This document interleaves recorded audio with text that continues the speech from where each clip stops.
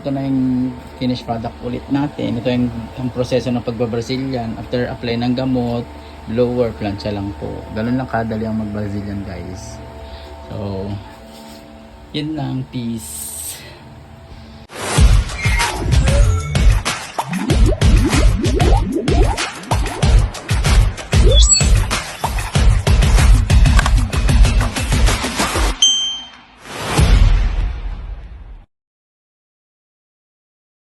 So yun nga guys, may babarsilya na naman tayo. Pinag-shampoo ko na siya. Ayan. So sabi ko maligo muna siya. Hindi, shampooin lang niya. Then using this product guys. Ayan. Brazilian Botox. Yan. Kung gusto nyo ganyang product, ay ilalagay ko sa akin yellow basket. So ito ang ating ibabarsilyan. I-blower lang natin siya.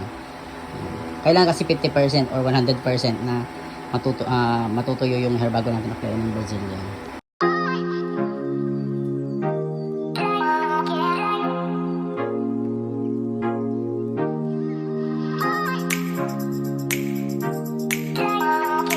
Dahil 50% na tuyo na yung kanyang hair, kasi check ko to.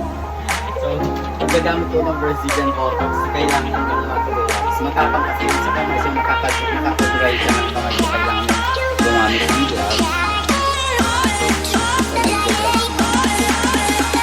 Don't worry guys, yung trabaho ko sa salon dati, matagal ako sa salon, so magwala akong makeup, so ibang aking work, nag-hairdresser talaga.